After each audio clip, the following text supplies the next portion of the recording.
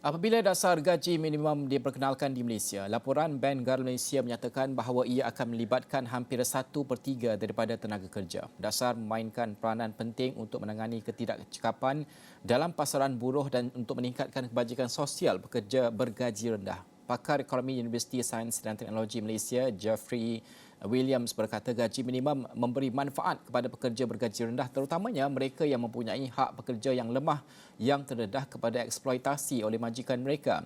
Tetapi selepas itu laporan Bank Negara pada 2018 menyatakan bahawa gaji minimum seluruh sektor negara akan mengurangkan ketidaksamaan gaji namun pekerja masih diberi pampasan secara tidak adil untuk produktiviti mereka di kebanyakan sektor.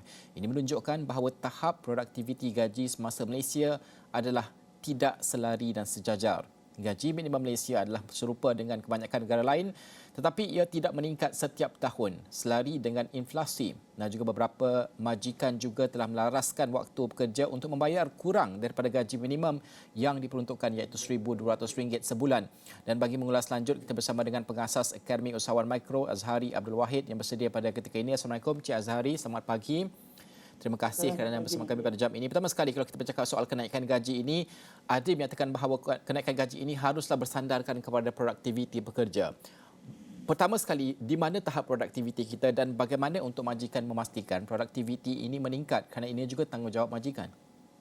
Okey, terima kasih Najib. Dari segi kenaikan gaji berdasarkan peraturan produktiviti pekerja, saya rasa pihak majikan perlu lihat dalam dua aspek yang berbeza.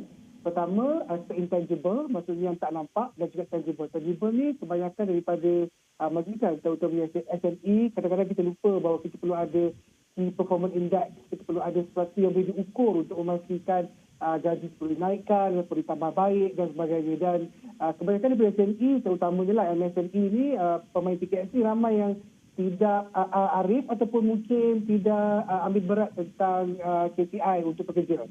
Jadi bila ada KPI, jadi mudah untuk kita buat keputusan sama ada kita patut naikkan ataupun kita kekalkan berdasarkan produktiviti yang nampak intangible, yang tangible. Namun bagi yang intangible, kadang-kadang kita lihat juga dari segi performance, dia punya komitmen bekerja, disiplin, daya tahan dia dengan cabaran-cabaran yang hadapi terutama COVID ni, kemudian cara berkomunikasi antara pekerja. Jadi ini antara benda-benda yang intangible yang majikan saya rasa perlu lihat juga dalam membuat keputusan sama ada perlu naikkan gaji ataupun tidak berdasarkan merit-merit yang kita boleh ada dalam setiap pemain PKS di seluruh negara, Najib.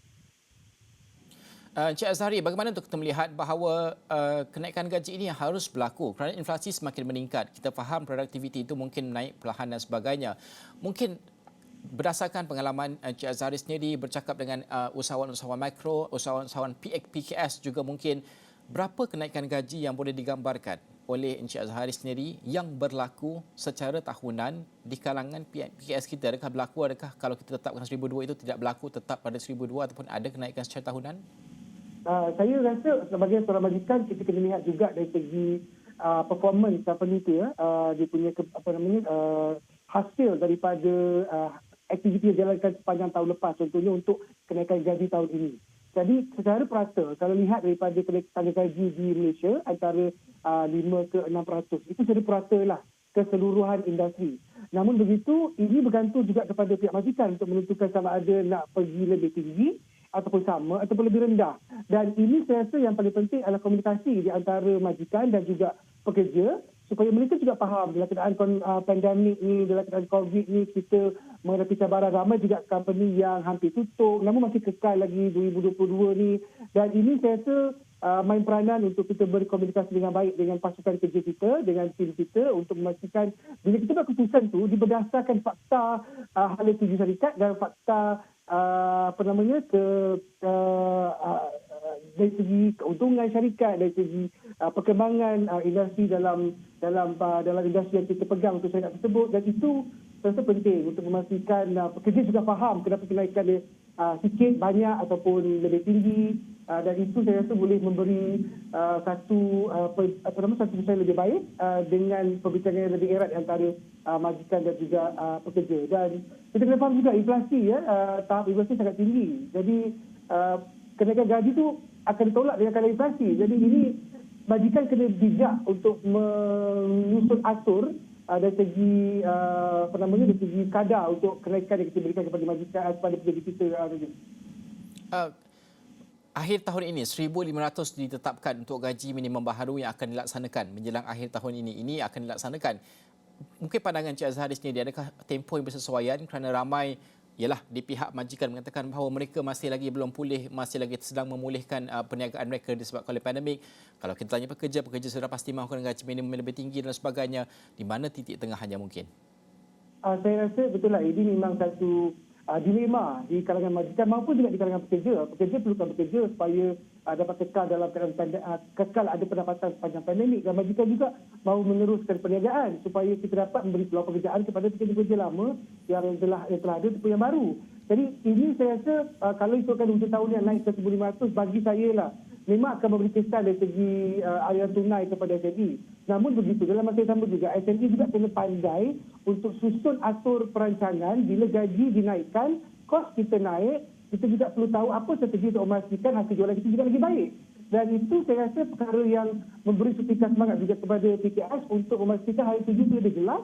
Dan dengan kenaikan gaji itu memberi satu suntikan semangat kepada pekerja untuk memastikan sekurang-kurangnya mereka lebih bersemangat untuk memberi tanggungjawab, memainkan tanggungjawab dengan lebih baik dalam syarikat. Dan dalam masa yang sama, gaji boleh naikkan, syarikat juga makin berkembang, dan ini saya rasa perlu satu komunikasi yang jelas seperti mana saya katakan tadi antara pekerja dan juga majikan. Namun begitu, majikan mungkin akan bising, saya sendiri pun akan rasa sedikit tekanan. Namun begitu, kita faham kepentingan kedua-dua pihak daripada majikan dan juga pekerja untuk memastikan produktiviti baik dan juga hasil jualan juga meningkat dan perniagaan boleh berkembang. Okey, Encik Azhari, terima kasih kerana meluangkan masa bersama kami pada pagi ini. Terima kasih kerana membincangkan perkara tersebut tentang gaji minimum RM1,500. Pandangan ini sudut majikan dan juga bagaimana untuk mencari titik tengah. Penting untuk kita bincangkan isu ini. Esok Awani akan terus membawakan perdebatan untuk melihat bagaimanakah penyelesaian titik tengah ini. Amat penting untuk mencari penyelesaian menang-menang antara kedua-dua pihak. Baik, kita akan berhenti rehat seketika, kembali selepas ini.